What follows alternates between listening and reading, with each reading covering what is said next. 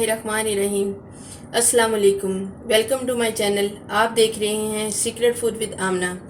कैसे हैं आप सब? उम्मीद है कि आप सब अल्लाह के करम से बिल्कुल ठीक होंगे। आज मैं आपको ज़बरदस्त किस्म के स्पाइसी कबाब बनाना बताऊंगी। हम आज गज़नवी शामी कबाब बनाएंगे, जो गज़नवी ख़ानदान की मशहूर और स्पेशल डिश है। आम लफ्ज़ों में इसे खड़े मसाले के कबाब भी बोलते हैं। अज्जा नोट कर लें। लौंग मैंने 6 अदद लिए हैं। काली मिर्च मैंने 1 टीस्पून लिया है। चाट मसाला 1 टेबल स्पून है। हरी प्याज मैंने 2 अदद ली हैं, इनको बारीक काट लिया है। लाल मिर्च जो है ना गोल वाली, वो मैंने 10 अदद ली हैं। नमक हस्बे जायका है। खुश्क धनिया मैंने लिया है 1 टेबल स्पून। 2 अदद अंडे लिए हैं। लहसुन अदरक का पेस्ट लिया है मैंने 1.5 खाने का चमचा। हरा धनिया और पुदीना मैंने बारीक काट लिया है गार्निश के लिए। ये गोश्त लिया है मैंने तकरीबन आधा किलो, और इसको मैंने देखें इस तरह का ना पसंदे की तरह काट लिया है। इससे रेशा बहुत अच्छा बनेगा। चने की दाल मैंने ली है 2 कप ये वाला है, देखिए ये कुकर मैंने रख लिया है, नीचे चूल्हा जला लिया है। अब मैं इसमें पानी डालूंगी। अब इसमें मैं गोश्त डाल दूंगी।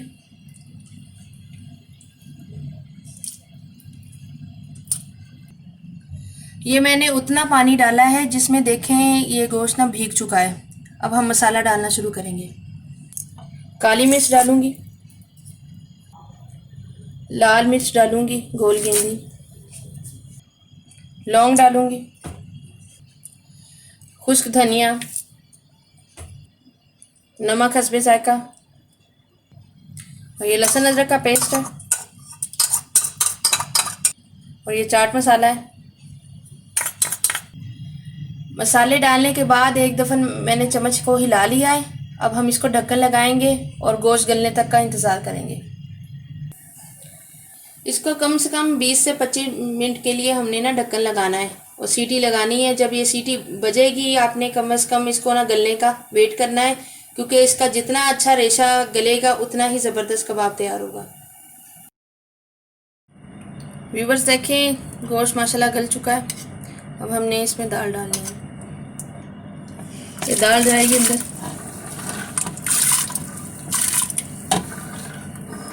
दाल डाल के इसको सीटी लगाएंगे। जब दाल गल जाएगी तो उसका पानी खुश्क करेंगे। कम से कम 10 मिनट के लिए तो लाजमी हमने ना सीटी लगानी है ताकि दाल अच्छी सी गल जाए। ये देखें माशाल्लाह से बहुत अच्छी दाल गल गई है और गोश्त भी इतना ज़बरदस्त गला है, और ये लंबा लंबा रेशा है। देखें जैसे अलग अलग हो रहा है। हमें इसी तरह का रेशा चाहिए था कि हम खाएं शामी कबाब तो महसूस हो कि हम कुछ खा रहे हैं, टेस्ट आए गोश्त का। अब इसका ये हल्का फुल्का जो पानी रह गया है इसको खुश्क करना है, और कोशिश यही करनी है कि आप इसी तरह इसको कर लें। अगर मशीन है तो मशीन में कर लें, लेकिन इस तरह का आपका रेशा जो है ना मशीन में नहीं आएगा। सिल पे पीस लें तो वो ज़्यादा अच्छी बात है। देखिए कितना अच्छा रेशा आ रहा है। यही रेशादार शामी कबाब होते हैं, यही इनकी खासियत है। ये जो मैंने हरी प्याज काटी थी ना, ये आधी अभी डाल देंगे हम, और आधी जो है ना हम जब टिक्कियाँ बनाने लगेंगे तब डालेंगे। एक और मैं आपको तरीका बताने लगी थी कि अगर आपने मशीन में ही पीसना है यानी चॉपर में घुमाना है तो आप पता क्या करें, 3-4 बड़ी बड़ी बोटियाँ लेके वो अलग साइड पे रख दें और उनका रेशा करके रख लें। बाकी मशीन में घुमा लें ताकि आपकी दाल और जो बोटियाँ हैं ना वो पूरी चॉपर में घूम के कीमे की शक्ल में आ जाए। तो वो जो आपने छोटा छोटा रेशा करके रखा होगा ना बोटियों का, वो आप इसमें शामिल कर दें तो बहुत ज़बरदस्त वही टेस्ट आएगा जैसे आपने जो है ना सिल पे या इस तरह लंगड़ी डंडे में यानी अमाम दस्ते में घूटा है। ये इस तरह देखें कितना अच्छा रेशा बन रहा है। इसी तरह मैं पूरा रेशा बना लूँगी। फिर जब ठंडा हो जाएगा हम इसमें जो है ना सारे हरे मसाले डालेंगे और टिक्कियाँ बनाएंगे अंडा डाल के। ये देखें मैंने हाथ से जो है ना पीसा है, ये बिल्कुल हाथ से पीसा है, अलग अलग रेशा है, और इसी तरह का करना है आपने भी। और अभी इसमें हमने अंडा डालना है। एक अंडा बहुत होता है।